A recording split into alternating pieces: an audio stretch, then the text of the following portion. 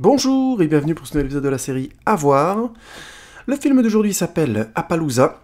Il est réalisé par Ed Harris et il est sorti en 2006, si je ne dis pas de bêtises. Je ne l'ai pas vu au cinéma, je l'ai découvert plus tard. Je l'ai vu à la télévision et en version française. Alors Ed Harris, je pense que vous le connaissez un peu, vous avez déjà entendu son nom.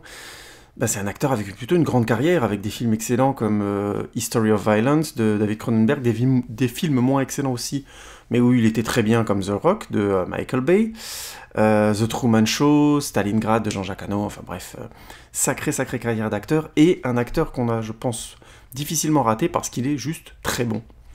Il avait aussi joué dans The Hours, où il était aussi excellent, il avait une très belle scène avec Meryl Streep, bref, excellent acteur. Mais il se trouve aussi que c'est aussi un réalisateur qui a réalisé 2 films, Pollock, une biographie sur la vie du peintre Edgar Pollock, que je n'ai pas vu, ou Edward Pollock, je crois que c'est Edgar Pollock. Oh là là, mes études d'art plastique sont très loin derrière moi, là, j'ai du mal. En tout cas, Pollock, l'adepte du dripping, si vous avez jamais vu ses travaux, je vous conseille, c'est vachement bien, c'est de l'abstrait mais ça pète sa race. Et, si vous me permettez l'expression, et il a réalisé ensuite Appaloosa en 2008. Excusez-moi, je me suis trompé, il est donc de 2008. Et depuis, il a plus fait de films. Plus du tout. C'est dommage parce que ces films étaient vraiment très intéressants, je trouve. Mais on va commencer par le départ parce que je pense que peu de personnes d'entre vous l'ont vu, et c'est un petit peu dommage. Donc, le pitch. L'Ouest américain. La ville d'Appaloosa vient de perdre son shérif, dû à la terreur qu'impose un riche fermier nommé Bragg. Les plus riches du village embauchent alors dans l'urgence Virgil Cole et son adjoint Everett Hitch pour rétablir la loi. Sans se douter du caractère intransigeant et sans concession de Cole. Au même moment, arrive en ville Alison French, pianiste des bars, élégante et esselée. Elle trouve vite faveur aux yeux de Cole, sous le regard amusé et bienveillant de Hitch. Appaloosa ne le sait pas encore, mais son destin était maintenant lié au combat et aux amours de Virgil Cole. Pourquoi vous parler de ce film, finalement, très peu connu? Parce qu'en fait, c'est pas du tout un western.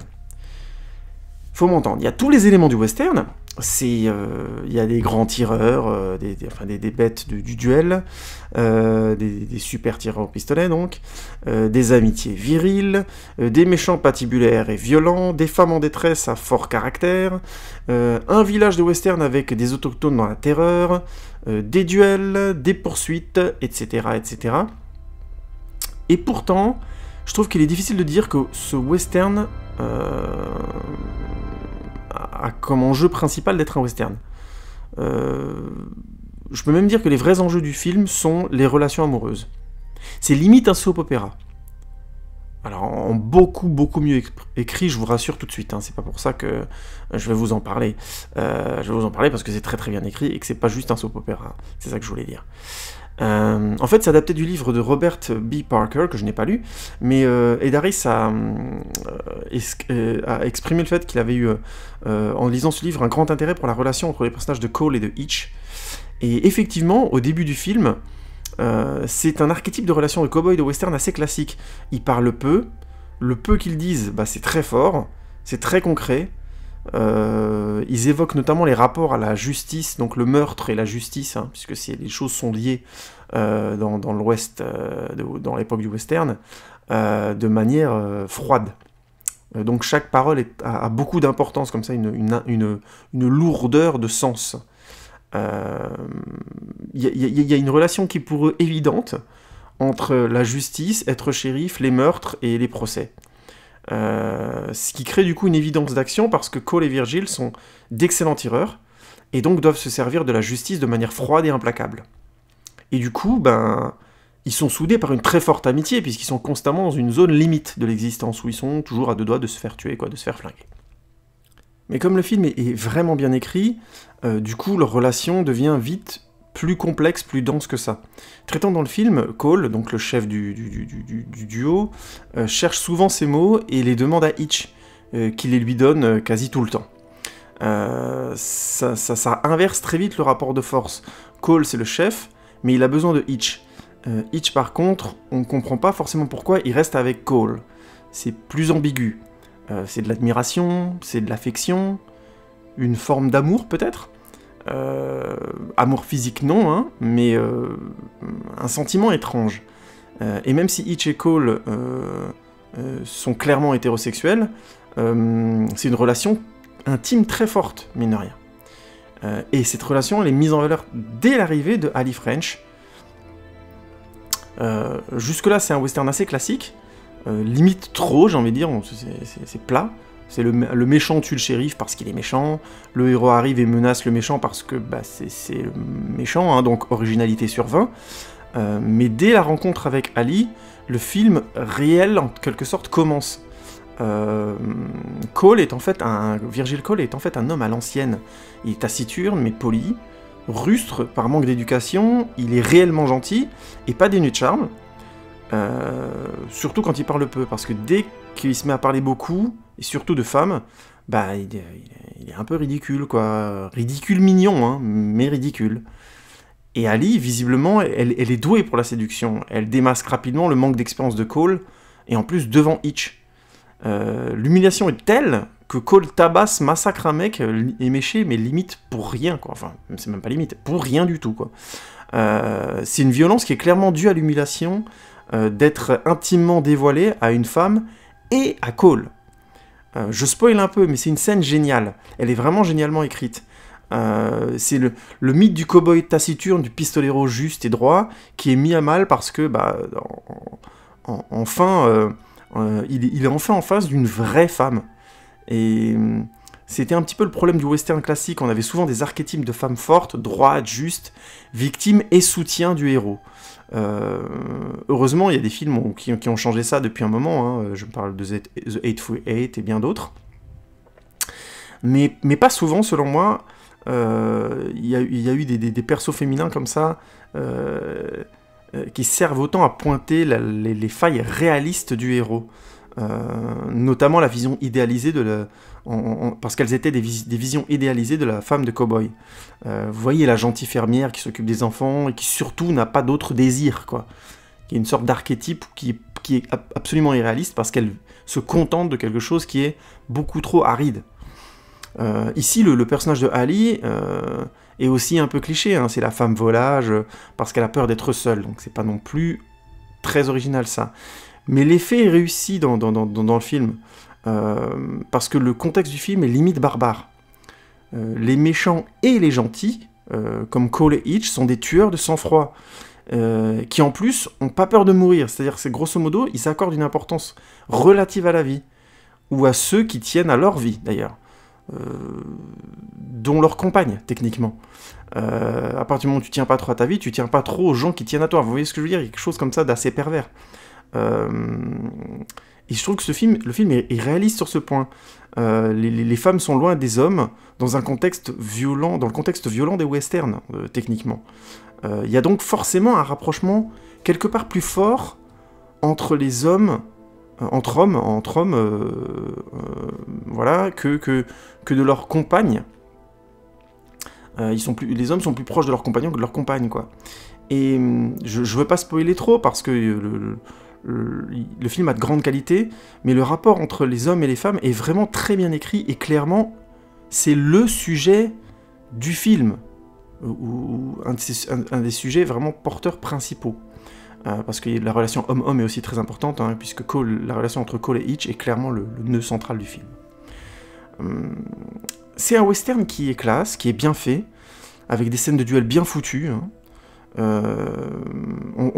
Ça m'a fait beaucoup penser à Open Range, le dernier western de Kevin Costner, qui était vraiment très bien, qu'il faudrait que je revoie d'ailleurs. Je vais peut-être faire une review dessus, parce que je vais me le remater celui-là. C'était vraiment un très très bon western.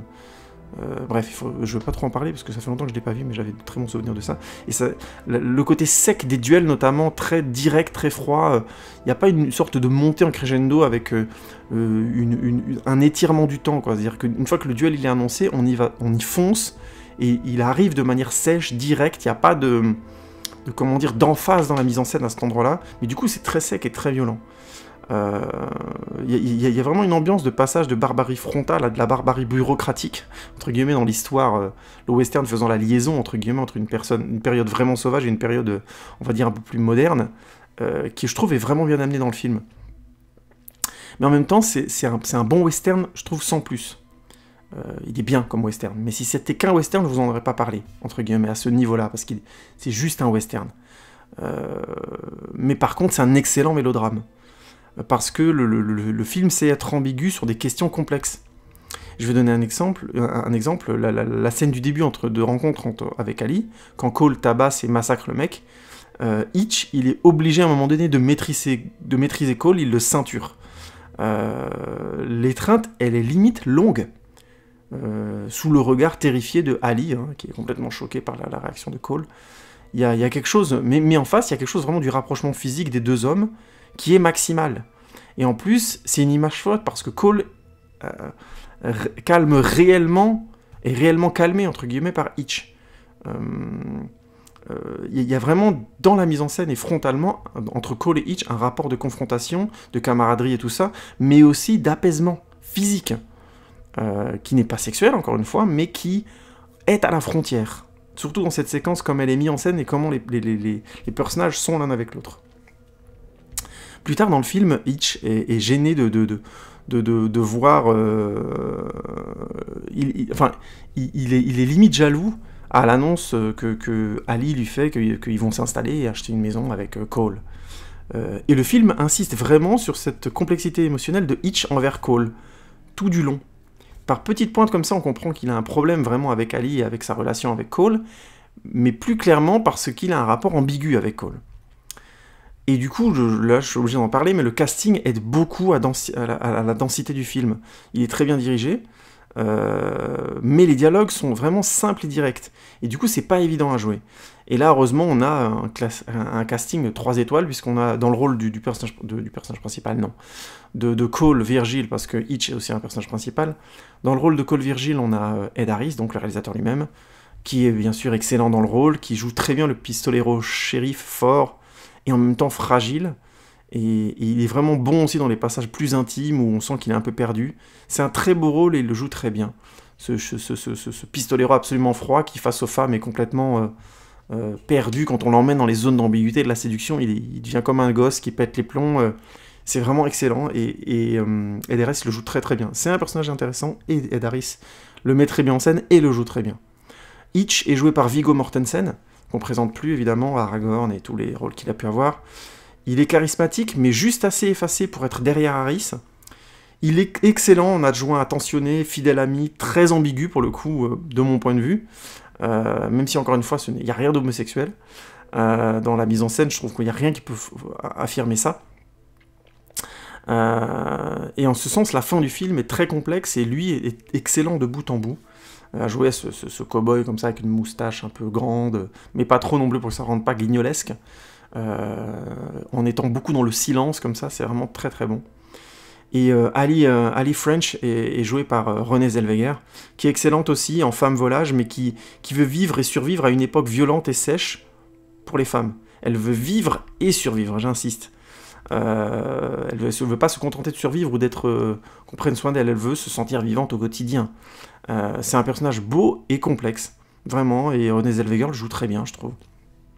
Et là, cette petite ambiguïté dans le regard, elle est en même temps... très amoureuse de Cole, je pense, et en même temps il y a quelque chose de double dans son attitude, et elle le joue très très bien. Elle est là, encore une fois, parfaitement dirigée, je pense aussi par Ed Harris, qui a très bien compris ces 3 personnages.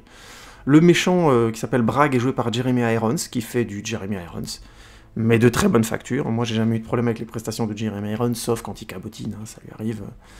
Si vous avez jamais vu Donjons et Dragons, ne regardez pas ce film, mais regardez plutôt les multiples... vidéos sur YouTube très drôles sur le sujet, qui se moquent de lui, et à juste titre, parce que c'est n'importe quoi. Sa performance, le film est n'importe quoi, mais sa performance est encore mieux. Mais bon, dans ce film-là, par contre, dans le rôle de Bragg, il est de très bonne facture. Le personnage évolue beaucoup dans le film, et du coup, Irons interprète les 2 phases du personnage parfaitement.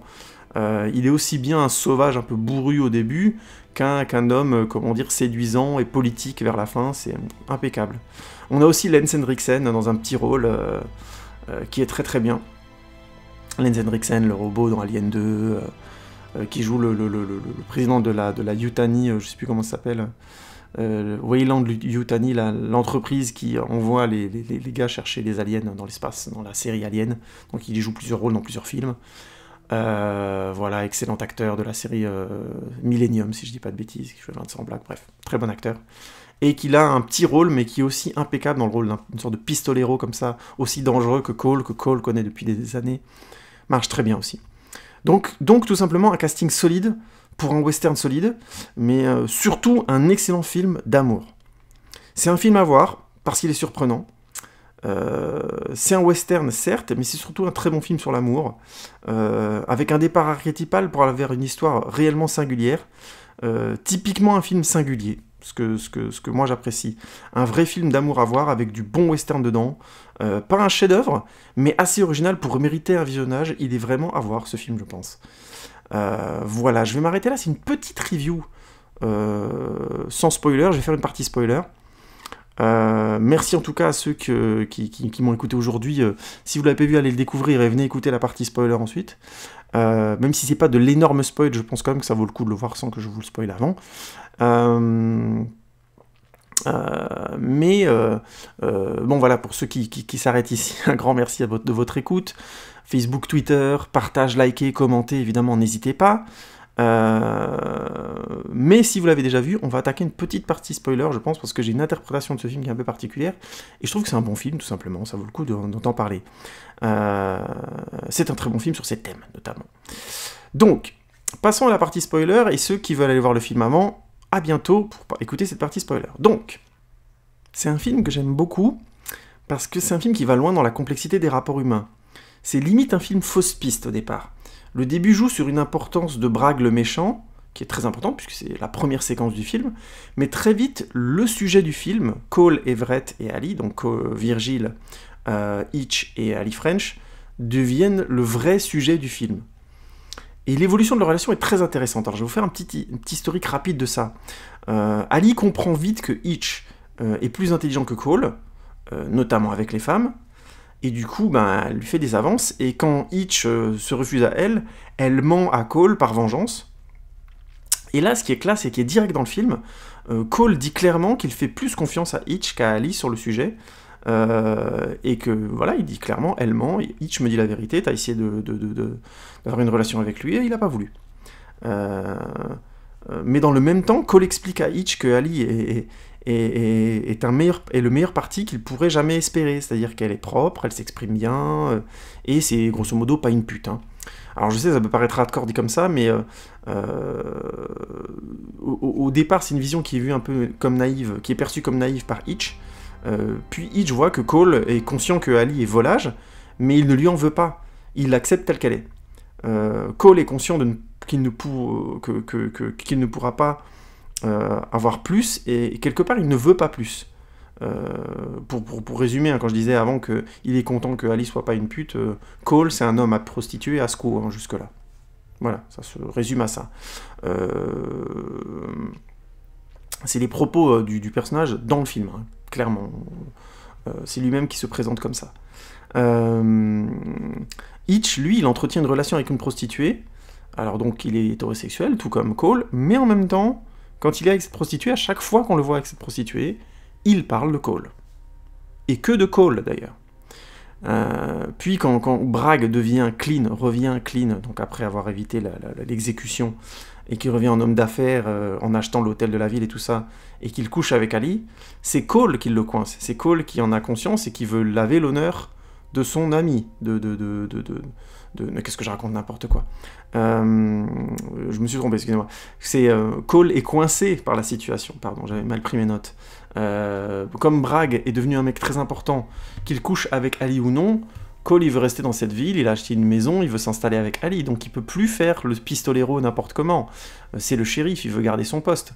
Donc d'un côté, il devrait se venger, mais il veut pas le faire parce qu'il respecte aussi Ali, et de l'autre, s'il le tue, il tue Bragg, il faut qu'il ait une bonne raison, et puis il n'y a aucune raison. Bragg a compris comment faire pour éviter de se faire pendre, condamner à mort une deuxième fois. Et puis, en parallèle de ça, Bragg devient de plus en plus influent, donc Cole et Hitch en discutent ensemble, et Cole a compris que, voilà, à un moment donné, Bragg, s'il peut faire virer Cole, il va le faire virer. Ce qui l'amènerait à perdre son poste de shérif, son argent, et puis techniquement Ali aussi. C'est ça le sous-entendu, donc il pourrait tout perdre. Il peut pas faire tomber Bragg parce qu'il est plus hors la loi, tout simplement. Mais le poste de shérif est menacé par l'influence financière de Bragg, comme je vous le disais. Et donc, Everett Hitch démissionne, alors du poste d'adjoint, il défie Bragg en duel et le tue avant de quitter à tout jamais Appaloosa. Tout ça, clairement, frontalement, dans une première interprétation, pour sauver, entre guillemets, Virgil, qui est coincé dans la situation. Mais il faut bien comprendre qu'avant de faire ça, Hitch a clairement attrapé ou vu, enfin pas attrapé, non mais il le voit clairement, il le montre à Ali qu'il l'a vu sortir de la chambre de Bragg, avec qui visiblement elle a une aventure. J'ai fait un petit récapitulatif des relations entre Cole, Hitch et Ali dans le film pour deux choses. Le premier, c'est pour dire que c'est un film très mûr émotionnellement. On a les outils classiques du mélodrame. Non, qu'est-ce que je raconte? Les outils classiques du mélodrame sont très absents. La vengeance, la tromperie malsaine, etc. Dans ce film, on laisse place à des personnages complexes. Ils sont pas réduits à des pivots narratifs qui permettraient d'avoir une vengeance, vous voyez ce que je veux dire, de pistolero, ou une tromperie malsaine du genre Cole est trop naïf, il comprend rien et Hitch est obligé de le venger, vous voyez. On va pas dans ce genre de piste. Les personnages ont des doubles valeurs, et c'est ça que j'appelle la complexité, c'est qu'ils sont pas résolvables par des outils narratifs simples. C'est une grande qualité de ce film-là. Cole est un justicier maladroit, qui essaie qui se sait, limité socialement, et qui accepte une femme volage si elle est belle et a de bonnes manières. Ali est une femme piégée dans une époque sanguinaire qui l'effraie, elle a besoin d'être protégée, mais aussi de se sentir désirée, vivante. Ce qui est difficile à rendre compatible dans une époque sauvage. Et Hitch est un pistolero fidèle et lettré, ami fidèle au point de rien construire pour cet ami. Hitch construit rien dans le film pour lui, il reste à Appaloosa, on se demande même presque pourquoi. Il est prêt à tout sacrifier par amitié, et pour moi, un tel niveau d'amitié, c'est limite de l'amour, je trouve. Et la deuxième chose, c'est que c'est un très bon film parce que les personnages se définissent par action et parole. Pas toujours maîtrisées ou glorieuses, mais c'est ça qui les définissent. Les personnages ont des failles, certes, mais ils ont de la réelle densité. En plus, je trouve que c'est des personnages très contemporains. Le couple qui se construit autour d'un intérêt social, vital, fondamental, c'est vraiment des questions de notre époque, hein. La relation entre Cole et Ali, elle est ambivalente, et les deux personnages en ont clairement conscience. Cole le formule, mais on comprend que Ali, c'est clair dans sa tête depuis longtemps, elle veut être avec quelqu'un qui lui permette une situation sociale, une maison, ainsi de suite, mais elle veut aussi vivre, profiter de ses désirs, entre guillemets, ou donner libre cours à ses désirs, ce qui est quelque part incompatible. Et Cole a conscience d'être limité socialement, donc il est avec Ali, même si il préférait qu'elle ne soit pas volage. On sent par moments qu'il est un peu vexé par ça. Mais il comprend qu'il a peut-être pas les outils pour avoir mieux qu'elle. Enfin, il y a quelque chose comme ça d'une relation ambivalente qui peut paraître malsaine ou pas très positive, mais qui est, je trouve, quelque part réaliste. C'est une époque qui tout doucement voit aussi passer la transition d'une époque sauvage à une époque un peu moins sauvage en Occident, ou un peu plus démocratique. Donc il y a une possibilité aussi pour les personnages de repenser les rapports sociaux, et c'est ce que les personnages font dans le film. Par exemple, si on la remet à l'échelle de notre époque, Ali aurait pu, de nos jours, être une femme libérée sans avoir besoin d'être protégée. Cole aurait pu apprendre à être plus habile socialement, et donc trouver quelqu'un de plus compatible avec lui. Et là, je suis obligé de le dire, comme par exemple Hitch. Parce que oui, l'infâme incline à penser que Hitch est en quelque sorte homosexuel. Au moins Hitch. Et je pense Cole aussi, mais au moins Hitch. Le choix que fait Hitch de tuer Bragg pour que Cole puisse garder son poste de shérif, et donc garder Ali, est compatible avec son désir de partir concrètement à Hitch, puisqu'il évoque à un moment donné le fait qu'il va devoir partir d'Appaloosa à partir du moment où il comprend que Cole s'installe là. Mais il me semble qu'il ne parle pas de partir, qu'il ne part de partir qu'après que Cole lui ait confirmé qu'il restera avec Ali, bien qu'elle l'ait trompé, et qu'elle le refera. C'est qu'à partir de ce moment-là que Cole il commence à dire je vais partir, parce qu'il supporte pas quelque part l'idée que Ali trompe Cole alors que Cole l'accepte. Et je trouve que la manière dont Hitch part est symboliquement très forte. C'est la fin du film, hein. C'est pour ça que je vous ai dit que si vous n'avez pas vu le film, c'est dommage, je vais tout vous spoiler. Je vous ai tout spoilé là. Il provoque en duel Bragg, certes, mais dans les plans précédents, il démasque Ali qui sort visiblement d'une chambre d'hôtel de l'autel, probablement celle de Bragg, il n'y a quasiment aucun doute là-dessus. On nous donne aucun élément pour penser autre chose. Mais Bragg, quelque part, n'est qu'un symbole. En tuant Bragg lors d'un duel martial, Hitch tue la tromperie de Ali, mais aussi Ali, en quelque part. Parce qu'en partant, il valide le fait qu'il ne peut pas être avec Cole alors qu'il est avec Ali. La nature trompeuse d'Ali le blesse plus, lui, que Cole. Car lui, il est fidèle à Cole, même quand il fait de mauvaises choses. Par exemple, quand il tabasse un gars et qu'il n'arrive pas à défendre ses actes face à un autre membre du village qui les a payés pour devenir shérif et tout ça, qui vient lui dire non mais il peut pas tabasser des gens comme ça. Et Hitch lui répond vous avez payé Virgil Cole pour être Virgil Cole. Donc il y a quelque chose de l'amour déraisonnable dans ce que dit Hitch. Lui-même comprend pas très bien ce qu'il dit d'ailleurs, il le dit. Très bon dialogue ça aussi. Ou même quand Cole fait de mauvais choix, il lui reste fidèle. Donc s'installer à Appaloosa avec Ali, qui est pragmatiquement selon Hitch un mauvais choix, qui pousse Hitch du coup à provoquer Bragg en duel comme seule et unique solution et à partir, qui plus est.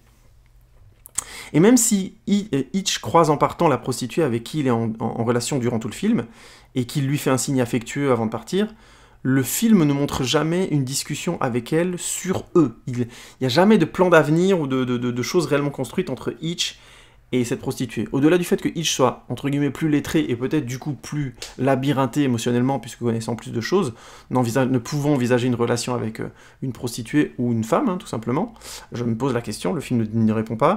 Quand ils sont ensemble, ils ne parlent que de Cole, exclusivement. Voilà. Oui, Brokeback Mountain, vous dites pas sûr. Franchement, c'est peut-être mon interprétation. Peut-être que je surinterprète un peu, c'est possible. Mais si on parle en plus du grand fusil que Cole porte durant tout le film, je suis désolé, au bout d'un moment, je peux pas m'empêcher d'y voir un symbole phallique d'un fusil qu'il utilise quoi, je crois quasiment jamais. C'est un fusil qui est au repos. En plus, c'est un fusil qui est réputé pour être très très lourd.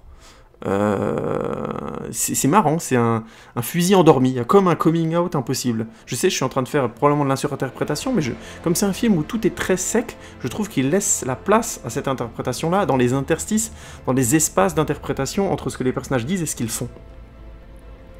Et c'est pour ça aussi que je trouve que c'est un très bon film, il pousse à ça, il nous amène à nous interroger sur leurs relations émotionnelles. Et en plus, quand on rajoute à ce fusil phallique l'inexpérience émotionnelle de Cole, il a jamais parlé à des femmes, hein, on le comprend très vite, et il a une vision du couple basée sur l'étiquette sociale, hashtag le futur couple en dépression, hein, je veux dire, du point de vue, si on écoute Cole, c'est terrible. Ça commence à faire beaucoup d'indices en faveur d'une romance quasi homosexuelle qui s'ignore.